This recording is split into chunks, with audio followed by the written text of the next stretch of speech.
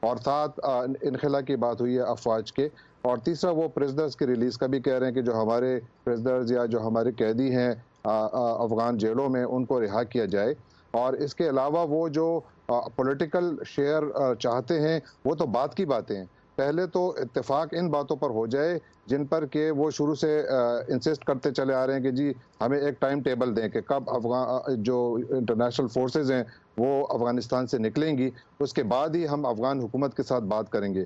جو انہوں نے اپنا طریقہ کار طے کیا ہے اسی پر وہ لگتا ہے کہ دے آر سٹکنگ ٹو دیٹ، اور شاید اسی لیے زلمے خلیلزاد آج پاکستان میں، جس طرح آپ نے پہلے عرض کیا کہ وہ زلمے خلیلزاد پاکستان کے آرمی چیف سے جا کر ملے ہیں جنرل باجوہ سے، تو اس کا بھی لگتا ہے کہ یہی مقصد ہے کہ افغان طالبان پر پریشر بڑھایا جائے کہ وہ تھوڑی فلیکسیبلٹی شو کریں. پاکستان تو کریڈٹ لے رہا ہے کہ پاکستان طالبان کو بات چیت کی میز تک لے آیا ہے، اور اب امریکہ پاکستان سے مزید کیا توقعات رکھتا ہے افغان امن عمل میں؟ دیکھیے، پاکستان کو بالکل یہ کریڈٹ دینا بھی چاہیے کہ پاکستان ہی نے ایک بڑا بنیادی کردار ادا کیا ہے، اور آنے والے دنوں میں بھی پاکستان ہی شاید اس جو مسئلے کی ایک کنجی ہے شاید وہ نکالے، اور جو پریشر امریکہ کی طرف سے پاکستان پر ہے وہ میرا خیال ہے جاری رہے گا، کیونکہ امریکہ اپنے اہداف حاصل کرنا چاہتا ہے. ابھی یہ ایک بڑا سوال ہے کہ پاکستان کا کتنا اثر ہے طالبان پر، اور وہ کس حد تک طالبان کو اس بات پر مجبور کرنے میں یا قائل کرنے میں کامیاب ہو جاتا ہے کہ وہ زیادہ فلیکسیبلٹی شو کریں تاکہ ان مذاکرات میں کچھ آگے پیش رفت ہو. اس کے لیے ضروری ہے کہ ابھی پاکستان کا بھی ایک بہت بڑا ٹیسٹ ہے کہ ان کے انفلوئنس کا ٹیسٹ ہے کہ اگر واقعی امریکہ پاکستان پر اس بات کے لیے دباؤ ڈال رہا ہے کہ وہ طالبان پر زور ڈالیں کہ وہ فلیکسیبل ہوں یا زیادہ فلیکسیبلٹی شو کریں، تو یہ پاکستان کا بھی ایک امتحان ہے. اور دوسرا یہ ہے کہ ان مذاکرات سے ہمیں فوری نتائج کی توقع نہیں رکھنی چاہیے. ہاں، یہ ضرور ہے کہ یہ افغان حالیہ تاریخ میں ایک پہلا موقع ہے کہ پیس کی یا امن کی ایک بہت اچھی کرن سامنے آئی ہے، اور تمام شاید ایک فریق روڈ جو میپ ہے کی وہ طرف یہی بات بڑھ رہی چاہتے ہے. ہیں کہ 17 سالہ جنگ جو ہے اس کا خاتمہ ہو، اور یہ افغان امن کا جو ایک خواب دیکھا گیا ہے اس کو منطقی انجام تک پہنچایا جائے. جہانگیر کھٹک ہمارے ساتھ تھے نیو یارک سے. Thank you Jahangir. Thank you. اور صدر ٹرمپ نے اپنی چیریٹی فاؤنڈیشن یا خیراتی ادارے کو بند کرنے کا فیصلہ کیا ہے. اس فیصلے کا اعلان اس وقت سامنے آیا جب ریاست نیو یارک کے اٹارنی جنرل نے صدر ٹرمپ پر خیراتی ادارے کی رقوم کے غلط استعمال اور اسے اپنی صدارتی مہم اور کاروبار کو فائدہ پہنچانے کے لیے استعمال کرنے کے الزام میں ان پر مقدمہ دائر کر دیا. اٹارنی جنرل باربرا انڈروڈ نے کہا کہ ٹرمپ فاؤنڈیشن کو ڈونلڈ ٹرمپ اور ان کے بچوں نے اپنے کاروبار اور سیاسی ایجنڈے کے لیے ایک چیک بک کے طور پر استعمال کیا ہے اور صدارتی مہم کے قوانین کی خلاف ورزی کی ہے. صدر ٹرمپ کی طرف سے اس ادارے کو ختم کرنے کے فیصلے کے بعد بھی اٹارنی جنرل کی طرف سے دائر کیا گیا یہ مقدمہ جاری رہے گا، جس میں $28 لاکھ ہرجانہ اور صدر ٹرمپ کے 3 بڑے بچوں پر نیو یارک کے کسی بھی خیراتی ادارے کے بورڈ میں شامل ہونے پر پابندی بھی شامل ہے، جبکہ ٹرمپ فاؤنڈیشن کے تمام اثاثے بھی 30 دن کے اندر تقسیم کر دیے جائیں گے.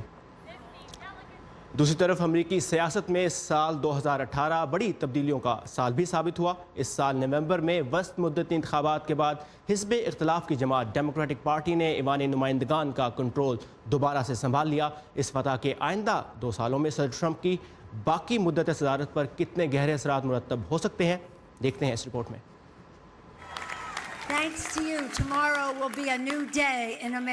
یہ تھی ڈیموکریٹک پارٹی کی لیڈر نینسی پیلوسی. وسط مدتی انتخابات میں جیتنے اور ایوان کا کنٹرول دوبارہ حاصل کرنے کے بعد ڈیموکریٹک اراکین نے اپنی فتح کے بعد صدر ڈونلڈ ٹرمپ کی مخالفت میں مزید شدت پیدا کی ہے. ہم یہ بات پورے یقین سے کہتے ہیں کہ یہ ہماری تاریخ کا تاریک ترین وقت سمجھا جائے گا، لیکن ہم اسے ایسا نہیں رہنے دیں گے. اس کے بجائے ہم اپنا تعین خوف سے نہیں بلکہ اپنی امیدوں سے کریں گے. صدر ٹرمپ کو اب قانون سازی کے اپنے ایجنڈے میں ممکنہ طور پر تعطل اور ایوان نمائندگان میں ڈیموکریٹک پارٹی کے اراکین کی جانب سے شروع کی جانے والی متعدد تحقیقات کا سامنا ہوگا. تاہم صدر ٹرمپ اب بھی اپنے موقف پر ڈٹے ہیں.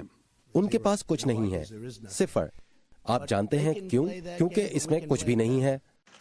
صدر ٹرمپ اور ڈیموکریٹک پارٹی کے رہنماؤں کے درمیان پہلے ہی میکسیکو کے ساتھ سرحدی دیوار کی فنڈنگ پر تنازع ہو چکا ہے، جو کہ آنے والے دنوں میں دونوں سیاسی جماعتوں کے درمیان تنازعات کا ایک پیش منظر ہے. صدر ٹرمپ سے اپنے اختلافات کو اجاگر کرنے اور ٹرمپ انتظامیہ کی تفتیش کے لیے ڈیموکریٹک اراکین اپنی اکثریت کو یقیناً استعمال کریں گے، تو پھر ہم سارا سال یہی دیکھیں گے۔ یہ ایک عبوری سال ہے۔ تھرڈ وے نامی ادارے سے وابستہ جم کیسلر کہتے ہیں کہ کانگریس پر ریپبلکن پارٹی کا مکمل کنٹرول نہ ہونے کی وجہ سے ہو سکتا ہے کہ صدر ٹرمپ ڈیموکریٹک اراکین سے کچھ سمجھوتے کرنے کی کوشش کریں۔ پچھلے 2 برس میں تو ہم صدر ٹرمپ کے ڈیموکریٹس کے ساتھ ڈیل کرنے کی صلاحیت نہیں دیکھ سکے، یعنی کسی سمجھوتے تک نہ پہنچنے کی۔ So Mr art of the deal ابھی تک تو ناکام رہے ہیں، اب دیکھتے ہیں کیا اس دفعہ ایسا ممکن ہو پائے گا۔ لیکن صدر کو تو انتخابات میں روسی مداخلت کے حوالے سے جاری تحقیقات کا بھی سامنا ہے، جو کہ آئندہ مہینوں میں کسی نتیجے کی جانب بڑھ سکتی ہیں۔ صدر ٹرمپ کے لیے ایک بحران کا سال آ رہا ہے۔ میرا مطلب ہے کہ جو کچھ بھی رابرٹ ملر کہیں گے یا الزام لگائیں گے، انہیں اس سب کا سامنا کرنا ہوگا، اس لیے میرے خیال میں یہ ان کے لیے ایک مشکل سال ہوگا۔ دوسری جانب امریکی صدر اپنی توجہ آئندہ صدارتی انتخابات پر مرکوز رکھیں گے، اور ڈیموکریٹس بھی یہی کر رہے ہوں گے۔ کیا صدر ٹرمپ دوسری مدت کے لیے صدر بن سکیں گے؟ تو ماہرین کہتے ہیں کہ اس کا انحصار اس بات پر ہے کہ سن 2019 میں کیا ہوتا ہے۔ جم ملون کے ساتھ ندیم یعقوب، وائس آف امریکہ، واشنگٹن۔ اور امریکہ اور پاکستان کے بارے میں مزید اہم خبروں کے لیے آئیے ہماری ویب سائٹ urdu.voa.com پر، جہاں آج صدر ٹرمپ کی طرف سے پینٹاگون میں ایک اسپیس کمانڈ قائم کرنے کے بارے میں ایک تفصیلی رپورٹ پڑھ سکتے ہیں، جس کا مقصد خلا سے بڑے پیمانے کی فوجی کارروائیاں منظم کرنے کی جانب پیش رفت ہے۔ اور سال 1968 میں پہلی مرتبہ دیا جانے والا اقوام متحدہ کا ہیومن رائٹس ایوارڈ دنیا بھر میں انسانی حقوق کے لیے قابل قدر خدمات سر انجام دینے والے افراد اور اداروں کو دیا جاتا ہے۔ کل نیو یارک میں اقوام متحدہ کے ہیڈ کوارٹرز میں دنیا کے 4 مختلف ممالک سے تعلق رکھنے والے انسانی حقوق کے کارکنوں کو 10واں ہیومن رائٹس ایوارڈ دیا گیا۔ اعزاز پانے والوں میں پاکستان کی human rights activist مرحومہ Asma Jahangir بھی شامل تھی، اور ہمارے ساتھی صبا شاہ خان اور انشمن آپٹے بھی اس موقع پر موجود تھے۔ آئیے دیکھتے ہیں نیو یارک سے یہ report. Asma Jahangir's outstanding contributions to the promotion. Asma Jahangir نے پہلی بار حق کے لیے آواز 18 سال کی عمر میں اٹھائی، اور پھر ان کی آواز انسانیت کے حقوق کے لیے مسلسل گونجتی رہی۔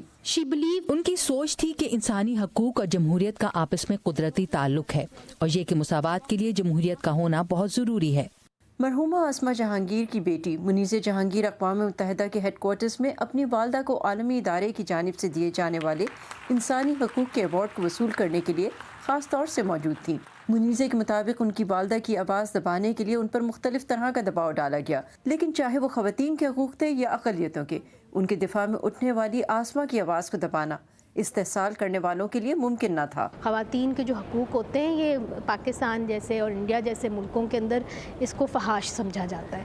تو مجھے یاد ہے کہ تب تو کوئی بھی بات نہیں کرتا تھا اور فیشنیبل بھی نہیں ہوتا تھا۔ اب تو فیشنیبل ہے ایسی باتیں کرنا، تو وہ تب کھڑی ہوئی تھیں جب کوئی بھی نہیں کھڑا ہوتا تھا، اور میرا خیال ہے کہ کوئی بھی خطرہ ہو ان کو کوئی فرق نہیں پڑتا تھا۔ اور یوں آسمہ بہت سو کے لیے امید کی واحد کرن بن گئیں۔ جو اصل لیجنڈز ہوتے ہیں وہ ان کا انسٹیٹیوشنز بنا جاتے ہیں، پھر وہ انسٹیٹیوشنز چلتے ہیں۔ تو اس کیس کے اندر انہوں نے South Asians for human rights بنایا، which was regional response to human rights.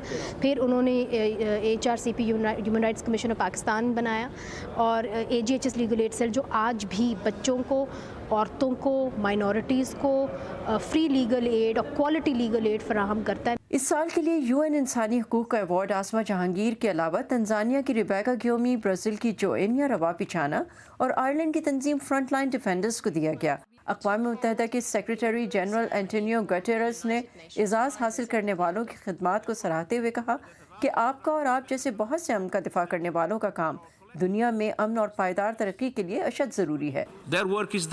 یہ کام خطرناک ہے۔ ہم ہر وقت انسانی حقوق کی خلاف ورزیوں، انسانی حقوق کے کارکنوں پر ظلم اور ان کے قتل، گمشدگیوں، ان پر تشدد اور انہیں خاموش کرانے کی کوششوں کے بارے میں سنتے ہیں۔ تنزانیہ کی ریبیکا گیومی کہتی ہیں ان کے لیے اس ایوارڈ کا مطلب ہے مسلسل جدوجہد کرنا۔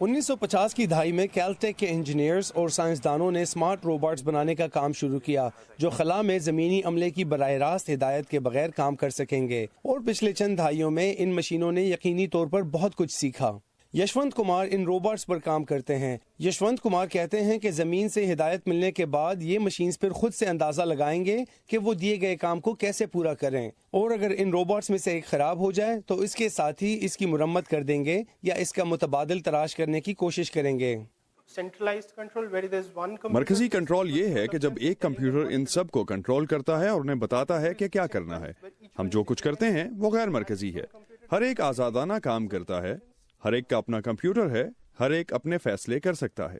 کیلٹیک کے انجینئرنگ پروفیسر مرتضی غارب اور ان کے طلباء کا مقصد ان روبوٹس کو انسانوں کی طرح سوچنے کی صلاحیت سکھانا ہے۔